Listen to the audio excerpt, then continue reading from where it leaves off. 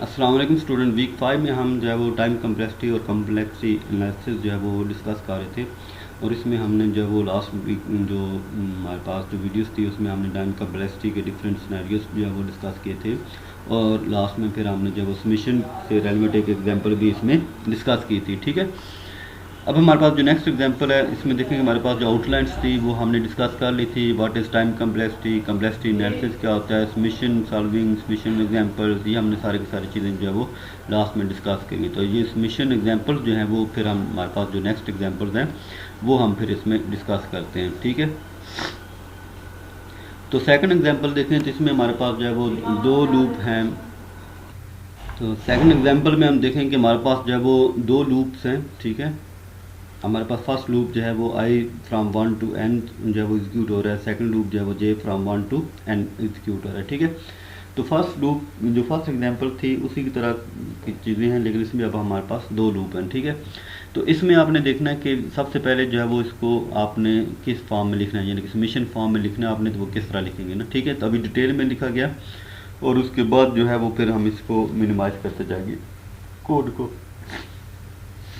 अब देखें सबसे पहले जो है वो टी ऑफ एन आपने लिखा, और उसके बाद C1 जो है वो फर्स्ट लूप की इनिशियलाइजेशन है। ठीक है, उसके बाद प्लस, फिर फर्स्ट लूप स्टार्ट हो जाएगा, यानी कि सबमिशन सिंबल आपने स्टार्ट करनी है। इसमें आपने submission symbol from i is equal to 1 to n लिखा है। तो आई हमारे पास क्या था फर्स्ट लूप में, आई इज इक्वल टू 1, और लिमिट हमारे पास क्या थी, एन थी, तो हमने ये लिखा है आई फ्राम 1 टू एन। ठीक है, फिर आपने सबमिशन के साथ इसकी लूप की बॉडी स्टार्ट की ना, तो इसमें हमने कहा था कि तीन जो है वो ऑपरेशन परफॉर्म होते हैं, एक कंडीशन का, एक उसकी लूप की बॉडी का, और एक इंक्रीमेंट का होता है ना। ठीक है, तो हमारे पास क्या हो जाएगा कि यहाँ पर कंडीशन जो आई लेस देन एन है उसके लिए हमने एक कांस्टेंट लिखा, इंक्रीमेंट के लिए एक हमने कांस्टेंट लिखा, और जो सेकंड लूप की जो फर्स्ट इनिशियलाइजेशन होगी उसके लिए हमारे पास एक जो है वो I equal to J equal to 1, इसके लिए हमने कांस्टेंट लिखा। ठीक है, फिर आपके पास प्लस, फिर प्लस, और जो फर्स्ट लूप की जो बॉडी है वो विद इन वो सेकंड लूप है वो फर्स्ट लूप की बॉडी में आ रहा है ना, तो फिर जो फर्स्ट लूप की जो सबमिशन आपने लिखी थी उसी की जो ब्रैकेट थी उसी में आपने प्लस के बाद जो है वो सेकंड लूप जो की सबमिशन भी लिखी है। ठीक है, तो इसमें जे फ्राम 1 टू एन है, तो यहाँ पर हमने सबमिशन के साथ लिखा जे फ्राम 1 टू एन। ठीक है, फिर सेकंड लूप की जो बॉडी होगी वो ब्रैकेट हमने स्टार्ट की, और इसमें हमारे पास C5 6 और 7 हमने लिख दिया ना, यानी कि कंडीशन और सेकंड लूप की जो बॉडी है और साथ उसमें इंक्रीमेंट हो रहा है, ये सारा का सारा 5 6 7 कांस्टेंट आ गया ना। फिर उसके बाद आपने जो है वो सेकंड लूप को पहले आपने जो है वो क्लोज़ किया, उसकी बॉडी क्लोज़ की, फिर जो फर्स्ट लूप की जो ब्रैकेट थी उसको हमने लास्ट में क्लोज़ किया। ठीक है, तो ये लूप विद इन लूप आपके पास है, या नेस्टेड लूप भी आप इसको कहते हैं ना। ठीक है, अब हमारे पास जब इसको सिंप्लीफाई करेंगे तो हमारे पास क्या बन जाएगा, C1 प्लस फर्स्ट लूप की जो सबमिशन है उसकी ब्रैकेट, और उस ब्रैकेट के अंदर हमने लिखा C8। तो C8 किसको रिप्रेजेंट कर रहा है, C2 plus C3 plus C4, इन तीनों कांस्टेंट को हम जब वो ऐड करेंगे तो हमारे पास क्या बन जाएगा, C8। उसके बाद प्लस, तो फर्स्ट सबमिशन की बॉडी में ही आपने सेकंड बॉडी सबमिशन की स्टार्ट की है ना, सबमिशन का सिंबल, और इसके बाद C5 6 7 को हम जमा करेंगे तो हमारे पास क्या बन जाएगा, C9। तो इसको हमने ब्रैकेट को क्लोज कर दिया और फर्स्ट लूप की ब्रैकेट को भी हमने क्लोज कर दिया। ठीक है, तो ये सिंप्लीफाई होगा। अब आपने क्या काम करना है कि सबसे जो इनर मोस्ट आपके पास सबमिशन होगी उसको सबसे पहले सॉल्व करना है। तो सबसे इनर मोस्ट कौन सी सबमिशन है, जे वाली है ना, ये वाली, J is equal to 1 to N और C n। तो C n को आपने क्या काम किया, नेक्स्ट स्टेप के अंदर कांस्टेंट था, इसको आपने जो है वो कॉमन ले लिया। ठीक है, और यहाँ पर क्या बच जाएगा 1, तो j फ्राम 1 टू n, और उसके बाद सबमिशन में क्या आ रहा है 1 बॉडी में आ रहा है ना। ठीक है, तो इसके लिए जो है वो लास्ट एग्जांपल में भी हमने फार्मूला जब वो लिखा था, ये फार्मूला आपको दोबारा यहाँ पर नज़र भी आ रहा है। तो ये किसके इक्वल हो जाएगा, C9 ब्रैकेट में हमने लिखा n, जो अपर लिमिट थी n माइनस लोअर लिमिट भी 1 है, तो n माइनस 1 प्लस 1, ये फार्मूले का आ जाएगा ना। ठीक है, तो इस ब्रैकेट को सॉल्व करेंगे तो हमारे पास क्या बच जाएगा n, तो C9 को हमने n से मल्टीप्लाई किया तो क्या बन जाएगा C9n। ठीक है, तो अब हमारे पास जो फर्स्ट मिशन है वो उसकी बॉडी में C8 प्लस C9n आ रहा है, तो फर्स्ट मिशन जो है वो C8 के साथ भी मल्टीप्लाई करेंगे और C9 के साथ भी मल्टीप्लाई करेंगे। तो अब आपके पास जो यहाँ पर स्टेप बन जाएगा C1 प्लस सबमिशन, उसको मल्टीप्लाई किया C8 के साथ, यानी ब्रैकेट अब ओपन कर रहे हैं, प्लस सबमिशन और उसको C9n के साथ हमने लिखा। ठीक है, अब हमारे पास जो है वो दो सबमिशन आ गए, दोनों सबमिशन को अब हमने जो है वो कंप्यूट करना है, ठीक है। अब देखें कि आई जो वेरिएबल है समेशन के साथ और जो C8 है या C9n है, ये विद रिस्पेक्ट टू आई जो है वो दोनों कांस्टेंट है ना, ठीक है। इसलिए दोनों को क्या करेंगे, कॉमन ले लेंगे, ठीक है। ये वाला जो स्टेप आपको नज़र आ रहा है C8 summation i raise from 1 to n और उसके बाद समेशन के बाद 1 आ गया। सिमिलरली C9n समेशन का सिंबल और उसके बाद 1 आ गया, ठीक है। तो ये वाला 1 वाला जो फार्मूला है समेशन के बाद जो कांस्टेंट आ रहा है, ठीक है, तो इसका फार्मूला ऑलरेडी हमने पहले भी इसमें यूज़ किया है, तो वो फार्मूला यूज़ करेंगे। तो अब आपके पास देखें तो यहाँ पर क्या बन जाएगा n - 1 + 1, n - 1 + 1 क्या बन जाएगा n - 1 + 1, तो यहाँ पर क्या बन जाएगा n, तो C8n आना था यहाँ पर, ठीक है। इसको ठीक कर लेते हैं पहले। तो यहाँ पर अब हमारे पास ये बेसिकली ये इमेज लगी हुई है, ठीक है। तो इसमें C8 के साथ आपने जो है वो n लिख लेना। मैं इसको चेंज कर देता हूँ और ये फिगर जो है वो चेंज करनी पड़ेगी। तो इसमें जब आप C8 को जो है वो समेशन को सॉल्व करेंगे तो आपके पास आंसर आ जाएगा n - 1 + 1, तो n की बच जाएगा, तो C8 को n से मल्टीप्लाई करेंगे तो C8n बच जाएगा, ठीक है।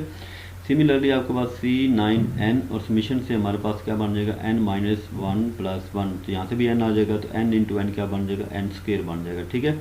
तो फिर मैंने आपको कहा था कि आपने जितने भी लोअर लिमिट्स वाली चीज़ें को आपने जो है वो ख़त्म कर देना, ठीक है, इग्नोर कर देना। तो हमारे पास जो n² वाली जो मैक्सिमम पावर में n वाली वैल्यू आ रही है उसको हमने as a time complexity choose करना, ठीक है।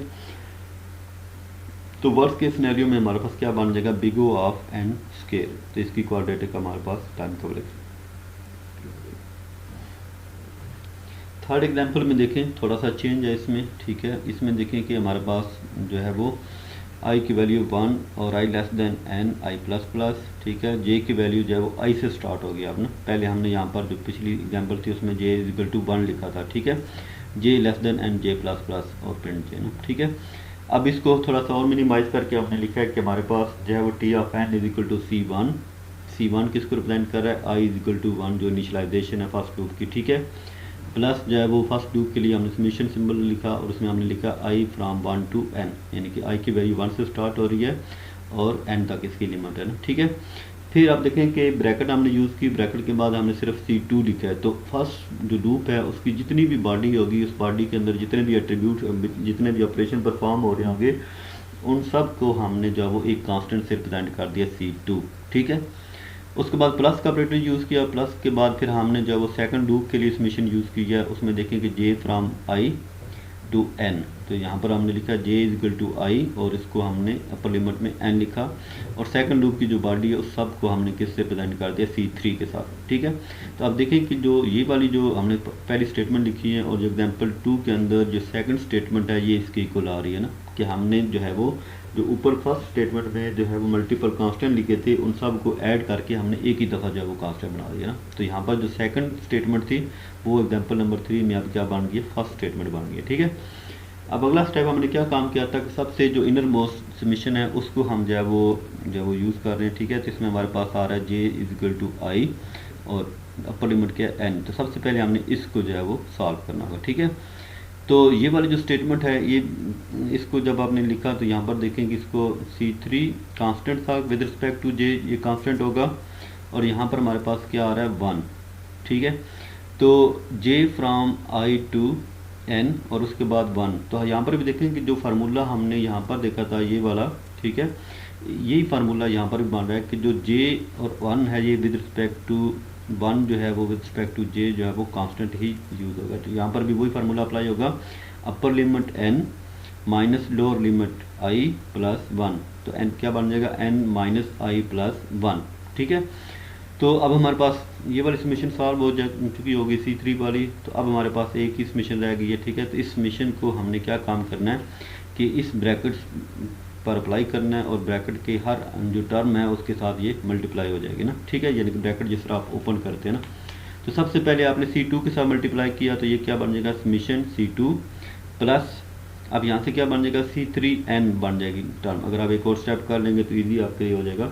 तो ये क्या बन जाएगा C3n, तो समीशन C3n हो जाएगा प्लस माइनस माइनस, फिर समीशन क्या बन जाएगा C3i, क्योंकि C3 जो है वो इंटरनल ब्रैकेट के हर एक एलिमेंट के साथ आएगा ना, C3i बन जाएगा, और लास्ट में हमारे पास C3 है तो समीशन C3 बन जाएगा ना, ठीक है।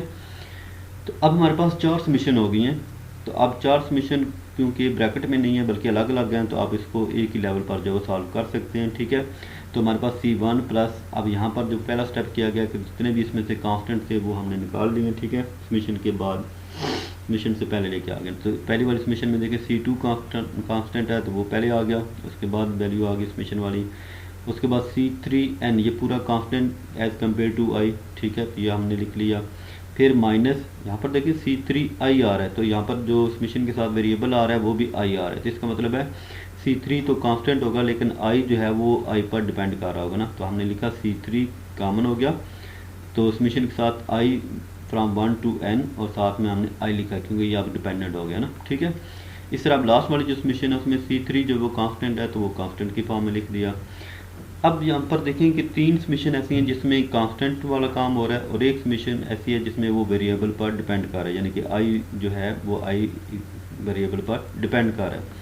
तो ये वाला जब केस होगा तो फिर क्या करना पड़ेगा, और जो कांस्टेंट वाले हैं वो ऑलरेडी हमने किए ना, तो ये दोनों फार्मूले आपके पास लिखे आ रहे हैं।